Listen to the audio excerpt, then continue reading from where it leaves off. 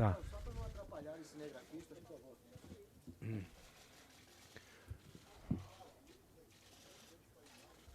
Como é que é? Pode falar. Ligar a luz. Mas o importante são eles aqui, ó. Tá?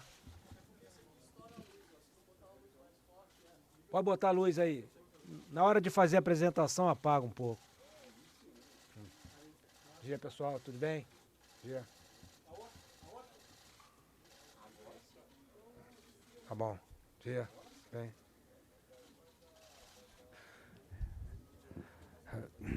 Bom, pessoal da mídia, senhores e senhoras aí, boa tarde. Hoje o motivo da coletiva nossa é a Operação Amazônia Azul. Eu queria dar algumas considerações iniciais e passar aqueles que estão realmente conhecendo bem o assunto, os responsáveis nossos, para responder as perguntas. O senhor presidente Jair Bolsonaro veio hoje, essa manhã, aqui. Nós fizemos um briefing para ele, né, de todos os integrantes da operação, sobre do que nós estamos fazendo, quais são as perspectivas, a parte das investigações, que é uma coisa muito importante, e os senhores terão a oportunidade de ver também a mesma apresentação aqui. Né? Foi uma videoconferência também com os coordenadores regionais, juntos, para participarem. Enfim, nós estamos naquela fase das 3 vertentes ao mesmo tempo. Nós estamos aí verificando, primeiro, o responsável por isso, as investigações, o inquérito. Temos avançado muito, particularmente a Polícia Federal, em coordenação com a Marinha do Brasil, que é a autoridade marítima, em relação a isso. Vocês serão atualizados agora aqui. Nós estamos aí também na outra vertente, que é a contenção, tentando identificar no mar, pelo mar ou por terra, essas manchas de óleo, que é difícil a operação, particularmente que ela já atingiu os primeiros sinais, o arquipélago de Abrolhos. E a terceira vertente, a terceira fase, vamos dizer assim, é a contenção de danos. São quando esse óleo chega à praia. Né? E as praias que estão sendo atingidas são as praias belas, as praias do Nordeste. Então nós estamos avançando muito. Desde o dia 2 de setembro, o governo federal vem se debruçado sobre esse tema. Nós tivemos uma primeira fluxo de mancha no dia 2 de setembro, ela arrefeceu, as manchas arrefeceram, e veio no maior nível, não é isso, Almirante Puntel, em relação ao início de outubro. Né? Já arrefeceu um pouco, mas continuam pequenos sinais.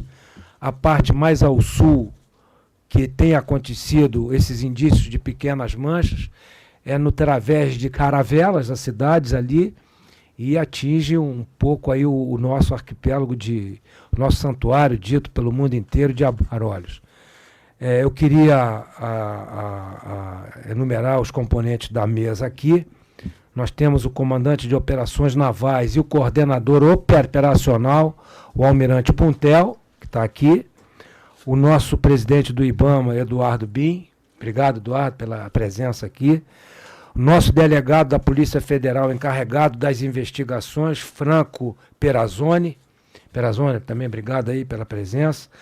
E o nosso representante do ICMBio, Coordenação Geral de Proteção Ambiental do ICMBio, Fernando Passos. Tá, Fernando? Muito obrigado aí. Eu estive no Nordeste desde quarta-feira, ontem estava em Abrolhos, e eu queria destacar uma coisa só em relação a isso, são as operações conjuntas. Não tem protagonista nisso, o protagonista é o Brasil, né? Então, o governo federal, os governos estaduais, os órgãos ambientais, no meu caso aqui, os companheiros do Ministério do Meio Ambiente, os apoios locais. Então, a parceria de todos, os voluntários, a parceria de todos tem sido muito importante. Nós montamos, junto com o Ministério do Meio Ambiente, uma estrutura e estamos aperfeiçoando os processos em relação à coordenação da operação, ao comando e controle. Nós temos aqui em Brasília, puxamos para Brasília, a coordenação operacional. Então, o Almirante Puntel se deslocou do Rio, está na sede do Ministério da Defesa com a sua equipe e os outros órgãos integrados aqui. Nós temos a coordenação regional, que é uma que está em... Depois o Almirante Puntel vai abordar aqui, uma em Belém, uma em Recife e outra em Salvador. E locais onde seja necessário. Então, para isso aí, eu deixo com vocês aí, os especialistas no assunto, e que tenham uma boa tarde. Muito obrigado, pessoal.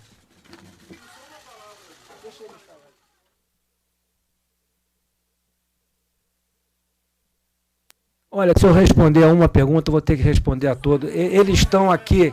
Não, nós estamos acompanhando a evolução das coisas. Eu já falei, ontem mesmo em Abrolhos, em Porto Seguro, a mesma pergunta eu falei várias vezes. Nós temos que acompanhar a situação, a evolução. É uma situação inédita. Isso aí, esse desastre nunca aconteceu no Brasil aqui, né? Até no mundo, né? Um desastre dessa monta, com esse tipo de óleo, que ele não é perceptível pelo radar, pelo satélite, né? É difícil. Os barcos da Marinha, ontem em Abrolhos, nós tínhamos 6 barcos, botes, mergulhadores, um esforço enorme. Estava lá na ilha o pessoal da Marinha e do CMBio, junto lá, né?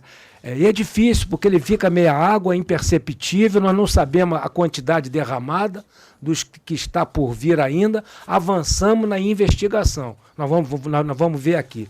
Então é isso aí, nós estamos num dispositivo de expectativa e trabalhando muito junto e unidos.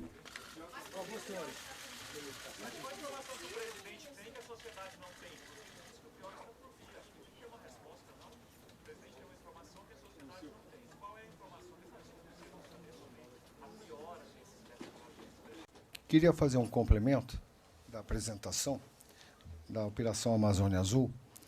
É que todo ano a Marinha faz uma grande operação anfíbia no mês de novembro no litoral do Espírito Santo, envolvendo praticamente esses mesmos meios navais que eu acabei de mostrar, fuzileiros navais e aeronaves e embarcações. Já estava prevista essa grande operação, uma grande operação anfíbia que todo ano a Marinha realiza em novembro, para mitigar e ajudar exatamente todos os estados do Norte e Nordeste. Essa operação, então, ela foi transferida para a região do Nordeste. Não será feita no Espírito Santo, será feita, então, na região Nordeste brasileira. Podemos? Boa tarde a todos, eu sou o comandante Kleber Ribeiro, chefe da comunicação social aqui do Ministério da Defesa, e serei o mediador dessa coletiva de imprensa. Já aproveitando para adiantar que essas imagens, tanto do sobrevoo que o ministro fez ontem em Abrolhos, como outras informações a respeito da operação, encontram-se disponíveis pela EBC e no hot site da Marinha do Brasil, no endereço marinha.mil.br/manchas de óleo. Conforme já previamente acertado, vamos dar início com Fabiano Andrade, da TV Globo. Então, Vladimir Neto. Olha, então tá, muito obrigado, boa tarde a todos.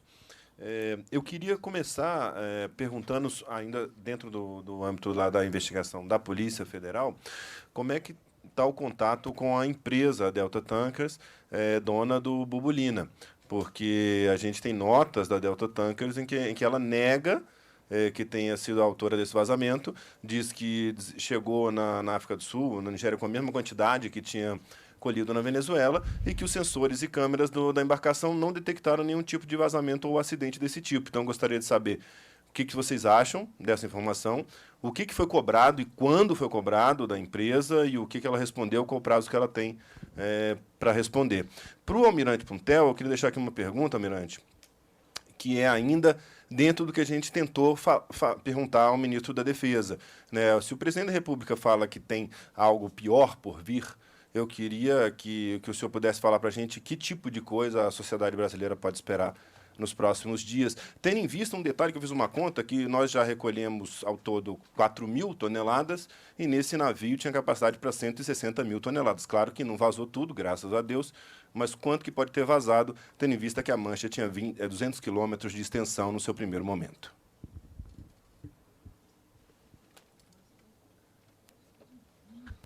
Boa tarde, Fabiano. Bom, com relação à empresa, é como eu disse, no primeiro momento, essa fase sigilosa da investigação, a gente sempre brinca, né? A gente fala que quem quer, né, investigar não diz para a pessoa que está investigando ela. Então, nesse primeiro momento, a gente reúne todos os elementos que é possível, sem qualquer alerta do eventual investigado. Existem coisas interessantes, porque, por exemplo, se eu alerto, né, e durante a semana tivemos vários alertas, vamos dizer assim, que olha, tem navios, etc. Isso aí era amplamente divulgado, inclusive porque outros pesquisadores, outras pessoas que não estão envolvidos diretamente com a investigação, às vezes dão algum alerta, falam, não, encontrei alguma coisa.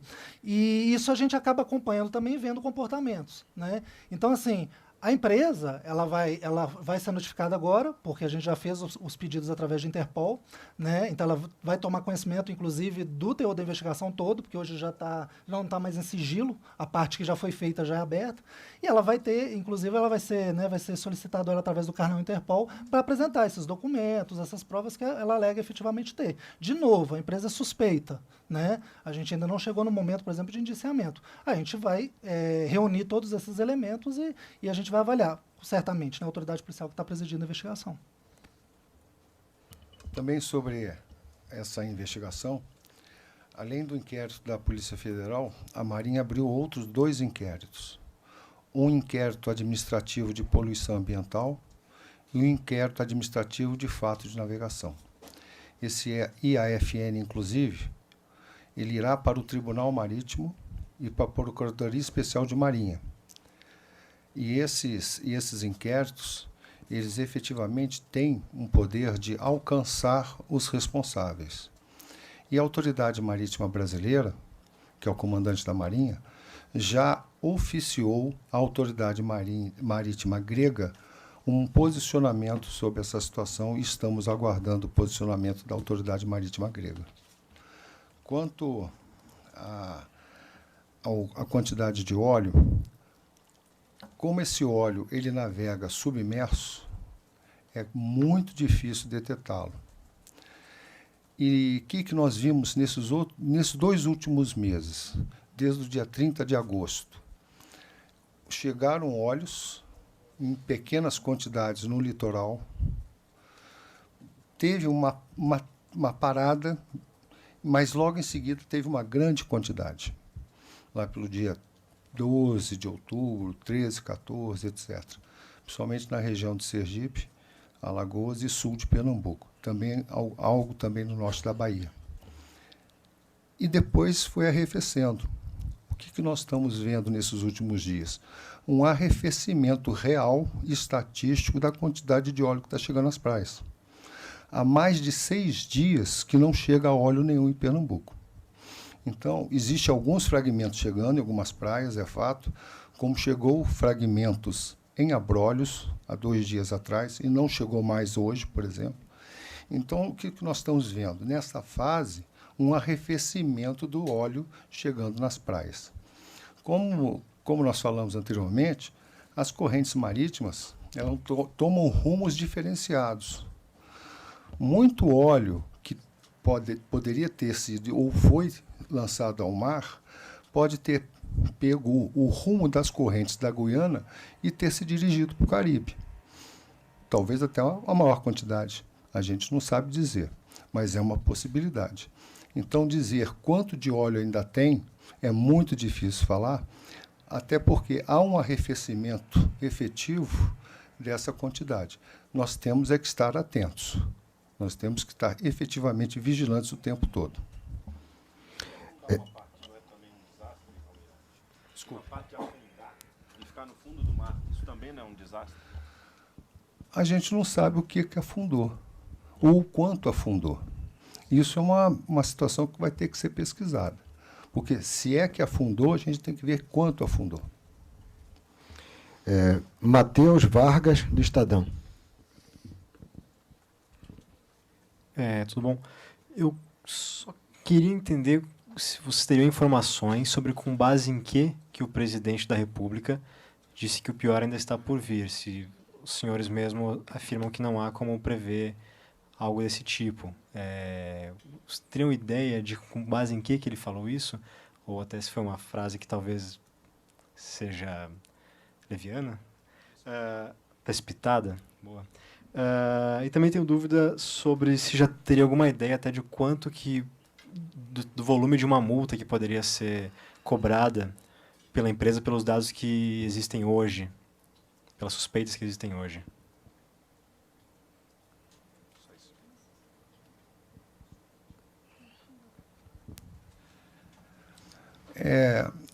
Essa situação desse óleo, dessa situação ambiental, é inédita no Brasil. É inédita no mundo. Nenhum caso de derramamento de óleo no mundo ficou sem saber qual era a origem. Os grandes casos conhecidos são Exxon Valdez, lá no final dos anos 1980, 89. Foi o caso do derramamento de óleo no Golfo do México, alguns anos atrás, onde um grande navio mercante, navegando na Europa e que se partia ao meio, sempre houve um grande acidente provocado por óleo em que se sabia exatamente a origem, a fonte poluidora. Esse caso não tem paralelo no mundo. Nós não sabíamos quem era a fonte poluidora.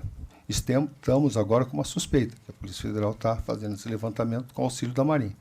Mas é um caso totalmente inédito e temos que estar vigilantes.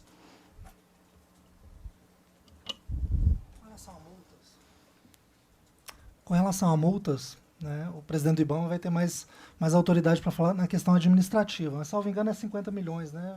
O valor máximo de multas pode chegar a 50 milhões. Porém, né, aí no aspecto criminal, né, eu sempre falo que a parte mais sensível do corpo humano é o bolso. Né? Então, Polícia Federal, a gente trabalha bastante com a questão de descapitalização por outras medidas, não questão de multa. Né? As multas criminais são pequenas. Então, a quantificação do dano, que eu já tinha falado para os senhores, a partir da quantificação do dano, lançar mão, né, dos instrumentos que a gente dispõe. Sequestro de bens, arresto, hipoteca legal, etc. O problema, de novo, eu volto, né, temos ainda suspeitos. Então, ainda depende realmente de confirmação de autoria, né? Confirmada a autoria, eventualmente. Agora, eu acredito sinceramente que os danos eles são de tal monta que eles são irreparáveis por várias outras questões. Então, assim, qualquer quantificação que a gente fizer, ela ainda vai ser pouco perto do prejuízo que ele é absorvido por todos, tá bom? Felipe Amorim, do UOL. Boa tarde. Eu queria perguntar, talvez, principalmente para o IBAMA, o que é que está sendo feito para medir se a chegada do óleo às praias, qual o impacto que isso tem no marisco, peixe, que é pescado nessa região e que as pessoas estão consumindo? Essa questão da qualidade do pescado não é bem da pasta do IBAMA, né? O pessoal pensa que é da pasta do IBAMA, mas deixa eu voltar para a pergunta anterior, rapidinho. As multas, o limite máximo da multa no Brasil são 50 milhões de reais, está na lei 9.605 de 98, mas podem ser aplicadas mais de uma multa, como foi aplicado em Mariana e Brumadinho, por exemplo. Lá em Mariana e Brumadinho foram 5 multas de 50 milhões de reais. Mas lembrando que essa parte sancionadora administrativa, a multa administrativa, é apenas um dos tipos de sancionamento. Como disse o delegado da Polícia Federal, temos a parte criminal e principalmente temos a parte civil. Na parte civil vai envolver também os danos operacionais não só da União, mas dos estados e municípios, bem como, inclusive, pelo artigo 14 da Lei da Política Nacional do Meio Ambiente, os danos ao turismo local. Então, esse dano não está quantificado ainda. Provavelmente demora um pouco para quantificar, mas eu concordo com o delegado que vai ser um dano assim, na casa de bilhões, com certeza. Em relação ao... Esqueci da UOL. Dos mariscos. A gente não tem estudo sobre isso. Esse óleo é um óleo que passou por um processo de emulsificação, então ele é menos biodisponível em termos da biota marinha do que um óleo convencional, que é onde normalmente se concentra os estudos, é uma situação inédita mundial, né? Por isso que não tem estudo sobre isso. Quem precisa de laudo dos corpos técnicos para isso, do Ministério da Saúde, da Anvisa, etc. O que se tem aí como paralelo, mas eu respeito com a parte da saúde, é o acidente da BP no Golfo do México, em que tiveram vários estudos sobre a qualidade do marisco e do pescado, mas aí é só uma analogia que eu acho que não deve ser feita até a gente ter estudos próprios nossos. Eu não tenho essa informação, acho que é o Ministério da Saúde e a Anvisa. Prosseguindo, Andrade de Souza, do Globo. André. Vou passar aqui para o meu colega Vinícius, também aqui do jornal. Oi, boa tarde. Eu sei que já foi bastante questionado e parece um pouco chato, né, assim, por parte dos jornalistas, mas é que quando o presidente da República afirma que o pior está por vir, ele mexe com uma população enorme que mora na região que está sendo afetada. Então, eu gostaria de insistir na pergunta e gostaria de direcioná-la ao almirante Puntel. Há algo pior que está por vir que a sociedade ainda não sabe? Eu acho que essa é uma resposta que tem que ser dada à sociedade, não é nem para a gente, né? Se o presidente fez uma afirmação dessa. E ele é a principal autoridade da República, eu imagino que as pessoas estão imaginando que algo pior está por vir. Então, o presidente se equivocou, foi algo falado sem pensar, sem ter um relatório nas mãos. Então, eu queria que o almirante respondesse a essa pergunta, por favor, e dirigir uma pergunta para o delegado da PF sobre a possibilidade de o estudo levado em conta na investigação da PF também ser um falso positivo, já que vários falsos positivos surgiram no decorrer da investigação. Muito obrigado.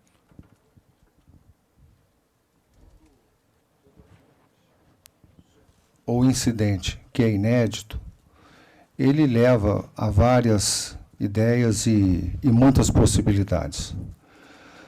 Nesse acidente, nós não podemos descartar nenhuma possibilidade. Todas as possibilidades têm que ser aventadas e tomar medidas, tomar medidas para a sua mitigação possível. Então, como é um óleo que vem submerso, que nós não conseguimos detectar essas manchas, esses óleos, nós não sabemos se existe ainda muita coisa ou pouca coisa. Isso é um fato.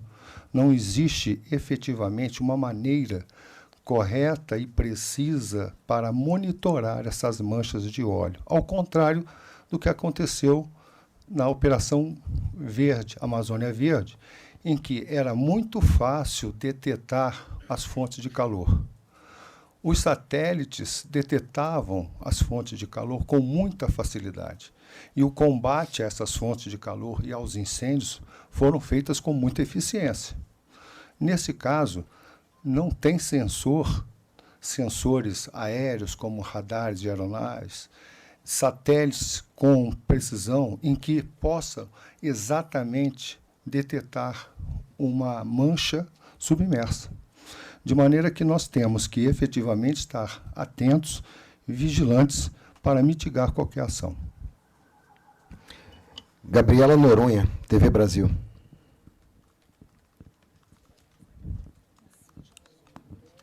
Só um momento, por favor. Gabriela, só um momento, por favor. Boa tarde, Vinícius. Bom, a gente tem que diferenciar a questão de falso positivo e a questão das próprias limitações científicas. Tá? Eu sempre falo o seguinte, toda prova científica ela é questionável. Se não fosse questionável, não era uma prova científica, porque a questão da ciência é justamente você poder apresentar outra hipótese e falar, não, isso aqui era fitoplâncton, isso aqui é outra coisa. O que eu posso dizer, tá? Na análise que a gente fez do material, os falsos positivos mais comuns, areia, questão de clorofila, etc., esses não se apresentaram.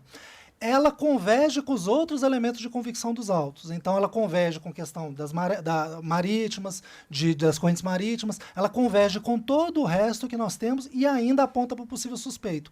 Eu sempre chamo atenção. A gente utiliza a geointeligência como tomada de decisão. A linha investigativa numa investigação são tomadas de decisões. Então, a partir do momento que eu tenho um possível alvo, uma possível mancha, né, que passou por uma série de crivos e continua sendo apontado com a possível origem do vazamento, respaldada por vários outros elementos apresentados pelos demais órgãos que estão envolvidos nesse trabalho, a gente teve bastante segurança quando a gente recebeu, por exemplo, o trabalho da Marinha, que começa a mostrar para nós a única embarcação que passou por ali naquele momento, que poderia ter feito. Então, você começa a reunir, né, esses diferentes elementos. Então, assim, eu não chamaria no futuro de dizer, não, foi um falso positivo. Eu falei, era a linha investigativa melhor que a gente está trabalhando nela, tá, com bastante convicção, e é óbvio que a partir também desses dados a gente pode respaldar eles e através de outras análises. A questão é, o óleo vazou? há 60 dias atrás. Hoje não adianta ir lá, não vai achar mais nada, ele já fragmentou. Eu sempre digo que a imagem do satélite é o mais próximo do que a gente tem de uma máquina do tempo. Só que ela tem que estar ligada e depende muito da resolução. Então, assim, hoje, como linha investigativa, é a mais adequada. O suspeito, ele atende uma série de outros requisitos. O trabalho foi bem feito dentro dos critérios que a gente conhece, que a gente analisa, tem dentro de critérios científicos, e ela respalda todos os outros elementos que a gente tem nos autos. Tá bom? Você pode prosseguir, Gabriela. Eu só queria entender melhor o que vai ser essa nova fase da operação, né? Se só a Marinha que vai enviar reforços, as outras forças também vão enviar reforços, e se é apenas esse envio de novas embarcações, eu vou ter novas ações também. Só falar um pouquinho dessa nova fase aí da operação, por favor. Existe muito óleo ainda em região de mangues e estuários, e também em alguns arrecifes na região do Nordeste. A Marinha, com o forte apoio do Exército Brasileiro, só para você ter uma ideia, o Exército Brasileiro está colocando à disposição meios militares da 6ª Região Militar em Salvador, da Brigada de Infantaria de Recife, da Brigada de Infantaria de Natal, da Região Militar de Fortaleza e do Comando Militar do Norte em Belém. Então, são muitos meios de recursos humanos para auxiliar também, junto com a Marinha, nessa remoção. A Aeronáutica também está colocando recursos humanos e principalmente aeronaves, que estarão nessa operação para nós trabalharmos na região do Nordeste, principalmente na região de Mangues e Arrecifes. E também em alguma área de praia que, porventura, algum respingo de pelotas de óleo, fragmentos de óleo estiverem nas praias. Matheus, Valor Econômico. Boa tarde a todos. Eu vou pedir a gentileza do presidente do IBAMA e também do delegado detalharem mais essa questão envolvendo a possibilidade de penalidades, né, para a empresa responsável. Não quer dizer que é essa empresa identificada agora, mas independente de quem for o responsável. O senhor falou em 50 milhões, mas que mais de uma multa, né, pode ser aplicada a isso por parte do IBAMA. Queria que o senhor mencionasse o que é de fato possível. Se são 2, 3, 4 multas, se dá para comparar mesmo com Mariana, já que é algo totalmente diferente. No caso do dano que pode chegar a bilhões de reais, quem que apuraria, né, estes valores, se é na esfera administrativa, penal, se tudo fica a cargo da Polícia Federal. E se a Marinha, que também abriu esses 2 inquéritos, de alguma forma pode chegar na cobrança de multa. E por último, se no inquérito criminal também há possibilidade de prisão, não sei, enfim, para a gente esclarecer o que no inquérito criminal pode acarretar também a responsabilização. Obrigado.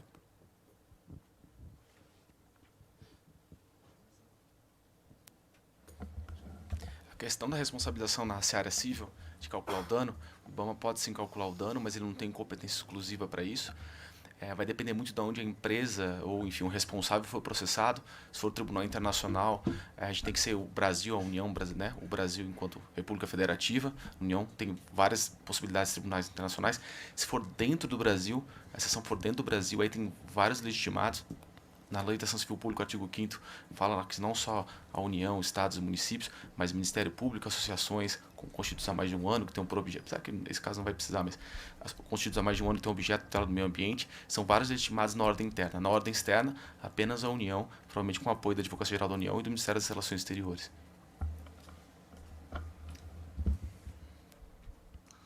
Vamos lá. No aspecto penal.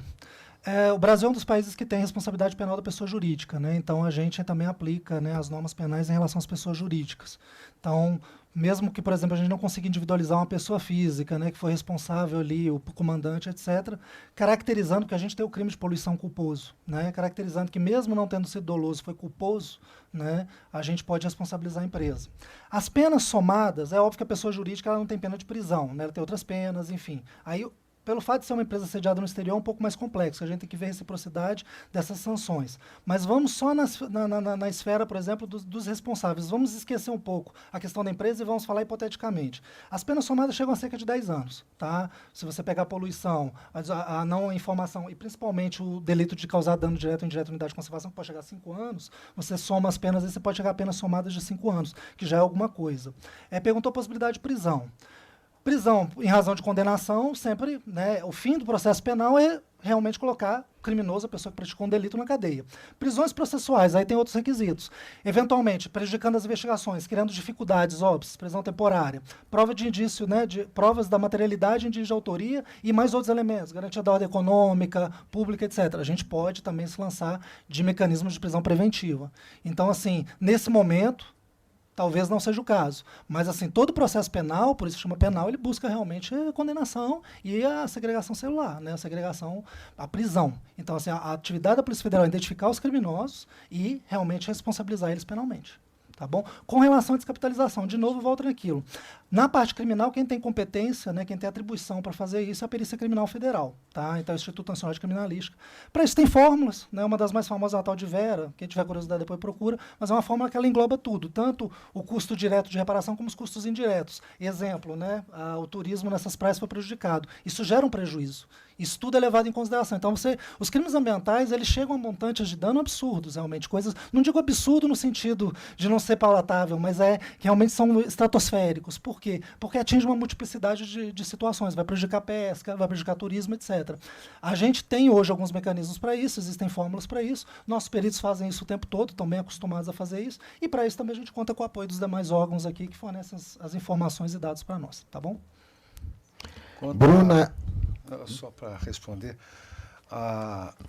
os dois inquéritos administrativos são inquéritos administrativos de fatos de navegação e poluição ambiental, e é importante também ressaltar que existe a Organização Marítima Internacional, em que o Brasil faz parte. Então, esses inquéritos e esses resultados serão apresentados na Organização Marítima Internacional com sede em Londres.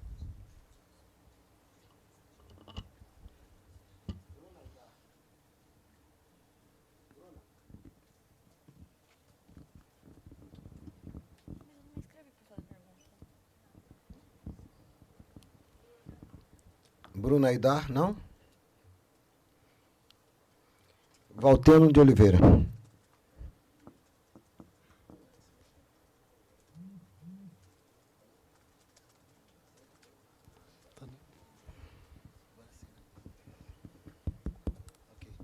Bom, eu tenho perguntas para o delegado e para o almirante. A última notícia, quer dizer, quando foi revelada a suspeita do navio grego, a notícia que nos chegou é que ele estaria fazendo um contorno ali da costa da África do Sul, país que, com o Brasil e outros 2 ou 3 faz parte do BRICS. Semana que vem vai ter encontro aqui.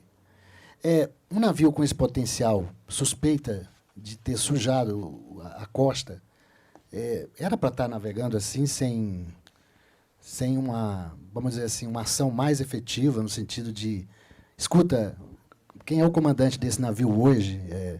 Como é que esse navio está navegando com esse potencial destrutivo de poluição?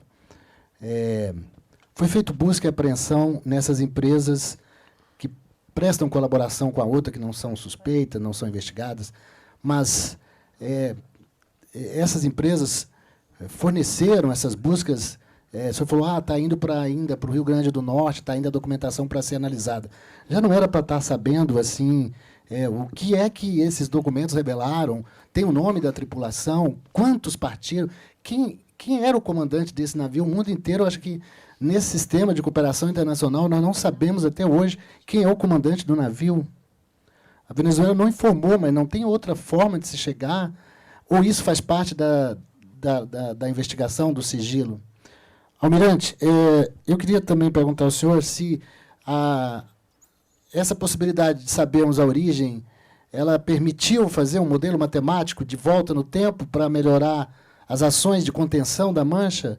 2, quando a empresa proprietária do navio diz que a mesma quantidade, 1 milhão de barris embarcados na Venezuela, foi o mesmo que passou lá na África do Sul, é só esses tanques que tem o navio? Quando se fala em tanque de descarte, não é um outro tanque que para onde vai o descarte? Eu fiquei sabendo que esses navios petroleiros têm um aquecimento embaixo. Quando descarregam um porto, fica um resíduo que vai para um tanque de descarte. Não é esse descarte que foi jogado no mar? Esse óleo mais pesado, esse piche? São essas as minhas perguntas. Boa tarde. Bom, Quando a gente trata, né, de principalmente crimes transnacionais, a gente está lidando com sistemas jurídicos diferentes. E principalmente quando a gente está tratando com uma embarcação de uma bandeira grega, que se encontra em uma outra nação, você se depara com várias situações, né? Como é que eu vou acionar, né? Quem eu vou acionar? Como é que eu faço para aquela embarcação separada num determinado porto? Isso depende de uma série de medidas que entram no campo da diplomacia, da cooperação jurídica internacional e que refogem, inclusive, a própria esfera policial. Porque nós temos mecanismos de cooperação policial, como eu disse, Interpol, mas que não tem força cogente em algumas coisas. Não pode se obrigar a pessoa a prestar depoimento, por exemplo, muitas das vezes. Você pede um apoio e aquilo é feito. E você tem os mecanismos de cooperação jurídica que são um pouco mais complexos, porque existe toda uma análise jurídica se, primeiro, aquele crime que foi cometido aqui é crime lá? Se não for, a gente começa a ter alguns problemas. Então, assim, a investigação está seguindo seu caminho, né? É um pouco complexo mesmo, toda vez que a gente lida, de novo, ressaltando, estamos tratando com suspeito. Se tivesse certeza absoluta, nós tivéssemos uma foto vazando óleo, a situação seria completamente diferente. A gente teria indícios de materialidade, nós teríamos materialidade, prova de autoria, então aí você começa a poder lançar uma série de outros mecanismos. A partir do momento que você ainda tem suspeita, você está trabalhando em investigação, você ainda está coletando esses dados, né, você não pode adotar medidas, até porque a gente, né, tanto nós quanto os demais países aqui citados aqui são estados democráticos, né? Então, assim, só é culpado quem efetivamente foi condenado ou, pelo menos, passou por um devido processo. No caso do inquérito, até o indiciamento. Nesse caso, ainda a gente está seguindo os caminhos da investigação. Mas, como dito, foram já buscadas essas informações. Eu acho que esse papel da apuração e o papel dos senhores também, né, como comunicadores, divulgando, isso aqui tem uma importância fundamental, porque isso aqui também leva esse fato a conhecimento público das outras nações, etc., para também tomar conhecimento. Existe essa investigação. O Brasil, né, as autoridades brasileiras estão juntas, trabalhando em conjunto contra esse tipo de ilícito, entendeu? De forma coordenada, de forma colaborativa, e nós dispomos de meios, sim, né? O Brasil dispõe de meios eficientes, eficazes, para poder dar uma resposta eficiente. Obrigado.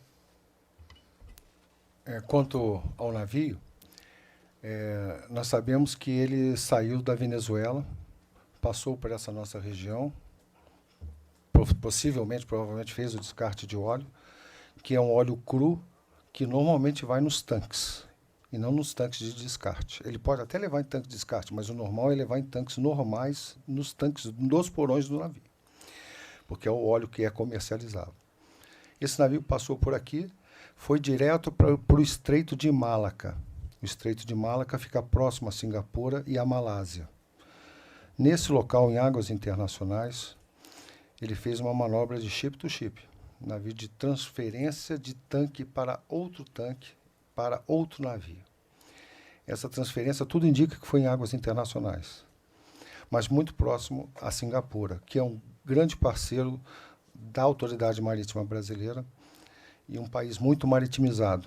Nós já fizemos contatos com a Autoridade Marítima de Singapura para eles tentarem esclarecer exatamente essas perguntas que o senhor fez. Tripulação, comandante, estamos aguardando as respostas. Gabriel Ponte, Reuters. Boa tarde. Minha questionamento é mais para a PF. Eu queria saber em relação, ainda retomando o inquérito, qual a explicação, enfim, para ver a divulgação do nome da empresa suspeita antes de checarem com a própria. Obrigado. Bom, eu não falei nenhuma vez aqui o nome da empresa. É óbvio que quando o inquérito se torna, né, público, né, você tem acesso irrestrito a todas as provas que foram coligidas ali. Então, você tem... Inclusive, o artigo 20 do Código de Processo Penal, ele diz, né, que a autoridade policial ela guarda o sigilo da investigação no próprio interesse dela. É por isso, por exemplo, que às vezes a gente divulga o retrato falado de um suspeito, enfim. Então, a partir do momento também que você começa, né, a divulgar, ó, essa embarcação é suspeita, você está abrindo a oportunidade naquele primeiro momento para ela poder apresentar as provas que ela tem. Então, é por isso que eu falei, existiu toda uma fase sigilosa da investigação no primeiro momento, entendeu? E agora a gente entra nessa fase ostensiva, onde efetivamente a gente entra para dar, né, a possibilidade de defesa, apresentar os documentos, etc. Então, é isso, né? A divulgação é justamente, inclusive, para que a gente possa ter a contraparte também. tá bom? E colaboração, né? Porque, eventualmente, um membro da tripulação pode procurar as autoridades, falar, não, eu participei, eu vi o vazamento. Você depende disso como forma de investigação. Então, nós, Polícia Federal, sempre buscamos o sigilo da investigação como regra, né? Preservando. Mas a própria legislação brasileira prevê essa possibilidade, no momento da investigação, você abrir, né, determinadas informações, justamente para possibilitar a investigação. Natália Godoy, Globo News. Delegado, oi, boa tarde. Aqui, ó. Aqui. Delegado, só nessa mesma linha ainda, eu quero só para a gente reafirmar aqui.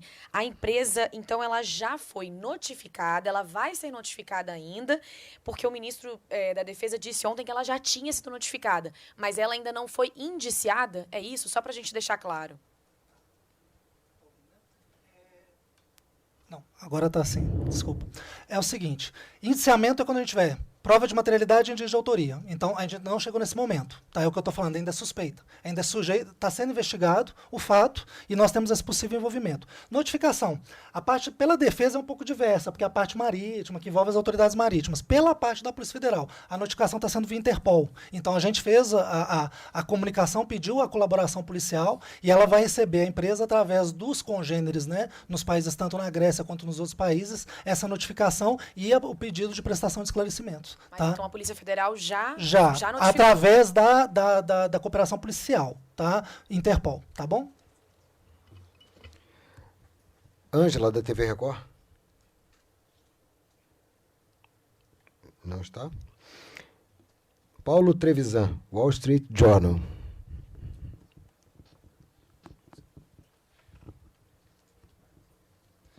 Muito obrigado.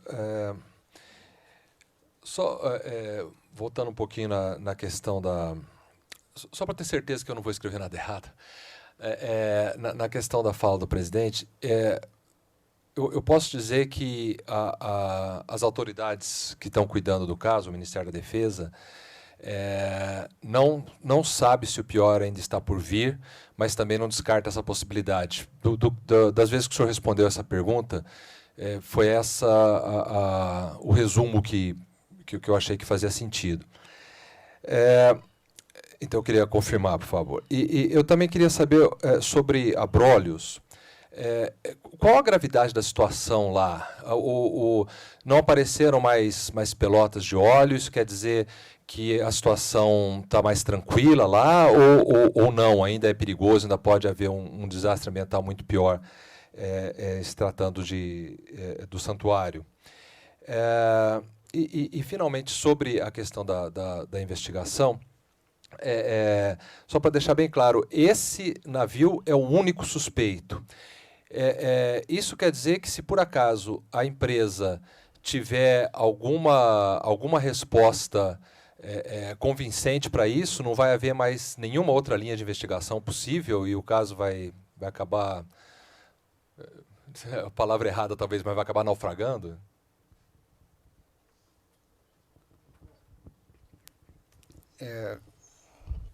Esse nosso acidente foi totalmente diferente ao que aconteceu no Golfo do México, em que por 2 anos aquele poço de petróleo na frente do Texas vazou óleo por 2 anos.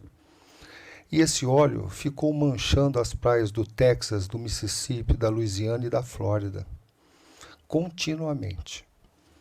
E o próprio americano não sabia exatamente quanto ainda ia vazar.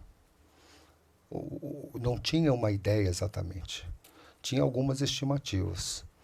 No nosso caso, é um pouco pior, porque a gente não sabia de onde vinha. Ao contrário do acidente do Golfo do México ou do Exxon Valdez, no Alasca. Então, esse acidente é totalmente inusitado. A gente ainda não tem as definições corretas. Então, temos que estar vigilantes. Quanto a Abrolhos, o óleo que chegou no Abrolhos foi muito pequeno, como foi mostrado na fotografia. Chegou no dia 2, no dia 3, efetivamente, só apenas alguns fragmentos do dia 2, e hoje, no dia 4, não tem fragmentos. Pode ser que vá ter fragmentos em alguns dias?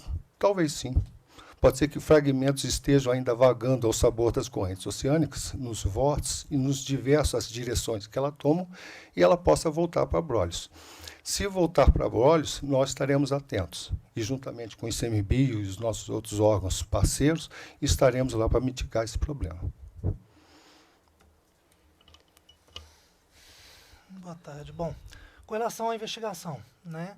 Toda investigação criminal é uma sucessão de atos ali, você tem uma linha do tempo, né?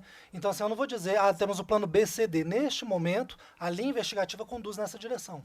Se, eventualmente, por alguma razão, a linha investigativa nesse ponto, ela se torna inviável, porque você retorna até aquele momento onde a gente está trabalhando hoje, por exemplo, com as datas do vazamento 28 e 29 de julho. Né? Aí que surge toda essa questão das embarcações, porque é óbvio que temos os dados de todas as embarcações que passaram por ali. Mas hoje, nesse momento, com essa linha, com as manchas de óleo, com tudo isso, realmente estamos com essa linha investigativa. Se eventualmente surgir qualquer coisa, hipoteticamente falando, a gente retorna no tempo, refaz, né, fala, opa, não, o vazamento não foi no dia 27 para o 28, 28 para o 29, foi depois ou foi antes. Você passa a ter outra linha investigativa, você tem outra possibilidade, enfim. Então, assim, se trabalha dentro dessa linha investigativa com isso, com os dados que dispõe. A investigação conduziu a isso. Tá? Não há o plano B, C, a investigação é essa. Caso contrário, a gente retorna nessa linha do tempo e começa a trabalhar de novo os dados. Os dados a gente dispõe, felizmente, né? Principalmente dos dados de embarcações. Aproveitando a pergunta do Paulo Trevisan, ontem o ministro fez um sobrevoo em Abrolhos e essas imagens poderão ser disponibilizadas pela EBC. E os dados mais recentes podem ser acompanhados no hot site da Marinha. Fábio Fabrilli, Folha de São Paulo. Boa tarde, são duas perguntas. Eu queria perguntar ao almirante, que, enfim, coordena, pelo que eu entendi, os trabalhos do grupo de acompanhamento, ainda sobre as declarações do presidente, se, objetivamente, sim ou não, o grupo ou algumas de suas autoridades entregou algum dado técnico, algum estudo ao presidente da República, dizendo ou indicando que o pior está por vir. Porque, pelo que me parece aqui, ele não se baseou em nada tecnicamente. E também queria perguntar ao delegado se, pelo material apreendido, já é possível colher algum indício de que, efetivamente, o vazamento tenha partido desse navio, o Bubulina.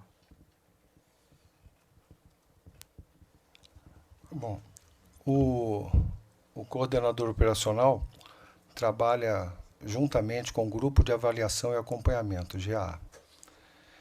E desde muito tempo, o GA produz relatórios diários. E o GA é constituído pela Marinha, pelo IBAMA e pela ANP.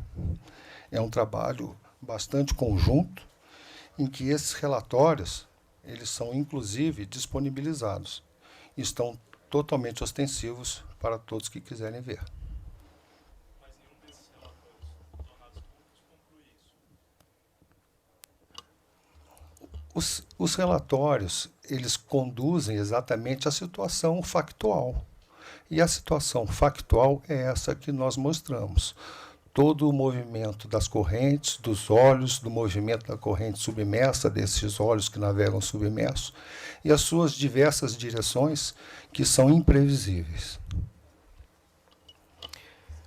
Luiz Calcanho, Correio Brasiliense. Tem mais outra? Tem uma resposta. Pois não. É curta. Perdão. Fábio Fabrini, né? O material ainda não chegou para análise, tá? Ele está chegando hoje no Rio Grande do Norte, e aí começa a ser feita a análise, tá bom? Luiz Calcanho, Correio Brasiliense. Minha pergunta vai para o ICMBio e para o IBAMA. Os dois órgãos tiveram que lidar junto, obviamente, com outras organizações do governo federal e de governos locais, com incêndio na Amazônia, e logo em seguida com essa questão do óleo nas praias do Nordeste, que é uma coisa que prevalece e que a gente não sabe quando vai acabar, e ao mesmo tempo deve estar tendo que lidar agora com a questão dos incêndios no Pantanal. Eu queria saber se a magnitude da operação no mar, no Nordeste brasileiro, interfere nessas operações do Pantanal, e como é que está o combate no Pantanal.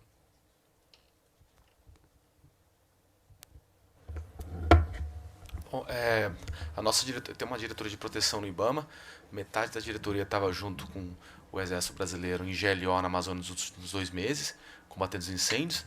A gente conseguiu um setembro 16% menor do que um agosto, isso é um recorde histórico.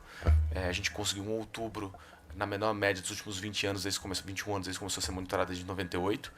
Então, nossa diretoria é dividida entre fiscalização e a parte de emergência ambiental, que é justamente esse colete que eu estou usando aqui, é da emergência ambiental. Não atrapalha porque são coordenações diferentes. Para o Nordeste brasileiro foi autorizado a convocação de especialistas em emergência ambiental de todo o país, e na GLO, na Amazônia, a gente tem um pré-fogos voluntários, inclusive em articulação com os estados, e não vai ser no caso com a defesa no Pantanal, mas a gente está trabalhando sim, a gente já está lá. Não vejo prejuízo. Vai para lá. Teremos nosso último debatedor, Jonas Valente, da EBC, e o Vladimir pediu uma repescagem, né, Vladimir? Então, Jonas Valente, da EBC, segue-se Vladimir e nós encerramos.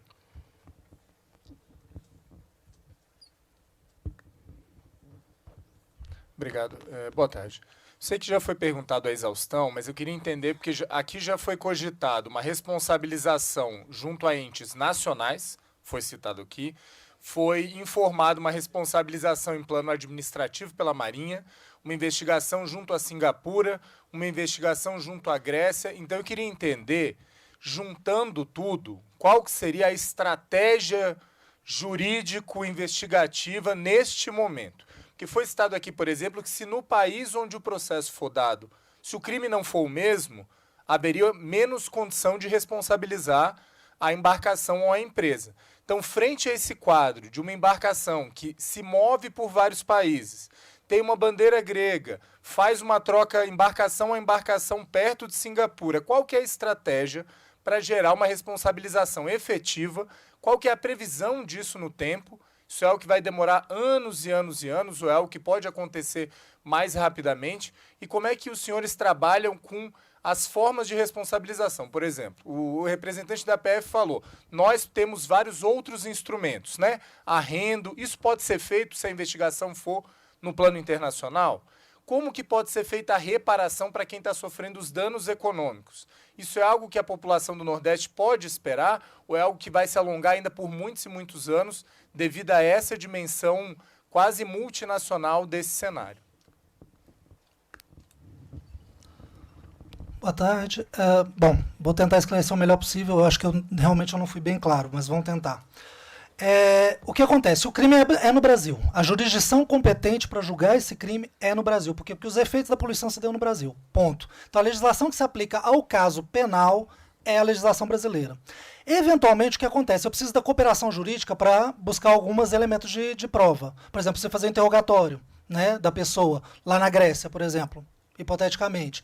Eu preciso que aquilo, para eu poder me lançar a mão de uma cooperação jurídica internacional, eu preciso de alguns detalhes. Eu preciso de ter um EMILAT, que é um acordo de cooperação que nós temos com a Grécia. Eu preciso que aquilo seja crime lá também, a gente já olhou. Enfim, hoje a linha investigativa segue. É crime no Brasil, a punição vai ser no Brasil. O que a gente busca nos outros países é a cooperação na produção de provas. Então, eventualmente, de novo, eu tenho Singapura, ele descarregou uma carga lá. Eu preciso que as autoridades, né, de Singapura me informem se ele efetivamente descarregou lá e o que ele descarregou se é a mesma quantidade que foi carregada na Venezuela.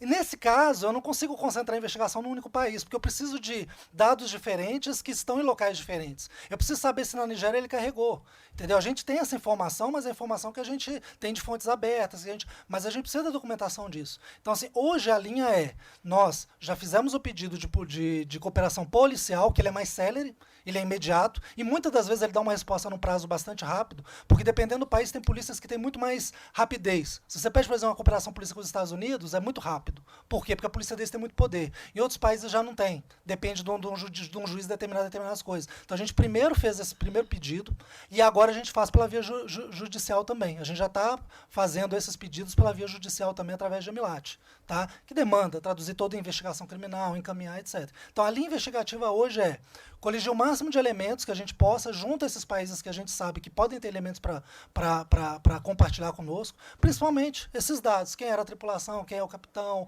a embarcação, documentos dessa carga, Entendeu? A partir desses documentos, e que não teria forma da gente obter eles no momento velado da investigação, por várias razões, entendeu? A gente primeiro faz a parte velada da investigação, dá, né? E nesse segundo momento a gente avança para essa parte que vamos dizer que é a parte mais aberta da investigação, onde a gente pede a cooperação dos outros países. Tá bom?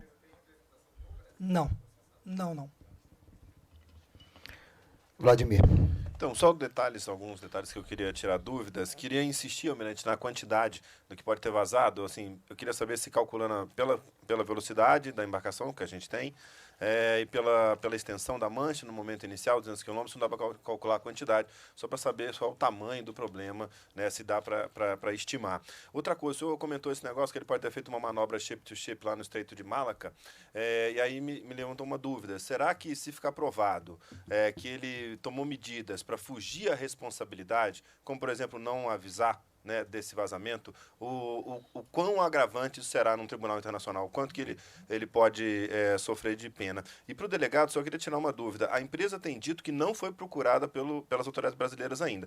Pelo que o senhor está informando que foi via Interpol, então realmente ela pode estar falando a verdade nesse momento, com relação a esse ponto. Quer dizer, ainda não chegou a ela uma notificação oficial das autoridades brasileiras. Então. Quanto ao vazamento de óleo e a quantidade, e a distância e o tempo, realmente é muito difícil a gente fazer isso de uma maneira rápida.